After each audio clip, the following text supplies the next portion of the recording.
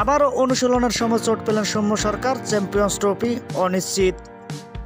সাম্প্রতিক সময়ে চোট আর সৌম্য সরকার যেন পরস্পরের হাত ধরাধরি করে চলেছেন।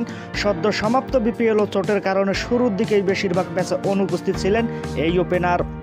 তবুও তাকে চ্যাম্পিয়ন্স ট্রফিতে পাওয়া নিয়ে আশাবাদী ছিলেন নির্বাচকরা। সে কারণেই তাকে রেখেই টাইগারদের স্কোয়াড সাজানো হয়েছিল। তবে আইসিসির এই মেগা টুর্নামেন্টের অনুশীলন শুরু হতেই ফের চোটে পড়েছেন সৌম্য সরকার।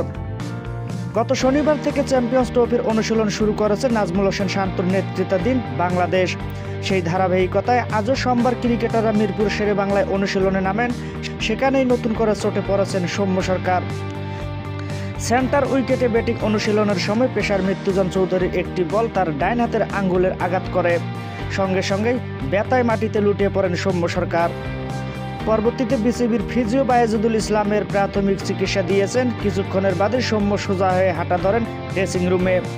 চ্যাম্পিয়ন্স ট্রফির আগে সৌম্যের এমন আঘাত নিশ্চিতভাবে চিন্তা পড়বে বাংলাদেশ, কেননা ডান হাতের এই আঙ্গুলের ইনজুরি থেকে সেরে ওঠার পর তিনি মাঠে নেমেছিলেন।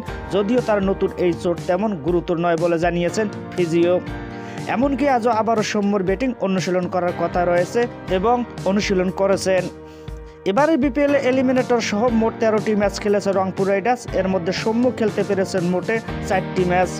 ব্যাট হাতে তিনি ছন্দ ফিরতে শুরু করেছিলেন। লিগ পর্বের শেষ ম্যাচে রংপুর ব্যাটিংয়ে বিপর্যয়ে পড়ার দিনে একাই রান করেছেন তিনি। 48 বলে খেলেছিলেন 74 রানের ইনিংস। যদিও খুলনা টাইগার্সের বিপক্ষে সেদিন হার এড়াতে পারেননি রংপুর রাইডার্স। এছাড়া এলিমিনেটর ম্যাচে কোনো বল মোকাবেলা করার আগে রান আউটে কাটা পড়েন সৌম্য। ফলে তার দল ব্যাটিং ব্যর্থতায় হেরে বিদায় নেন বিপিএল থেকে। এরপর জাতীয় দলের হয়ে চ্যাম্পিয়ন্স ট্রফিতে খেলার সুযোগ থাকলেও সেটি এখন অনিশ্চয়তায় পড়েছে।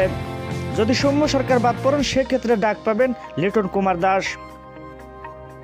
আগামী 19 ফেব্রুয়ারি থেকে পদ্মায় উঠবে টুর্নামেন্টের নবম আসরের, যেখানে 20 ফেব্রুয়ারি ভারতের বিপক্ষে ম্যাচ দিয়ে বাংলাদেশ যাত্রা শুরু করবেন চ্যাম্পিয়ন্স ট্রফি।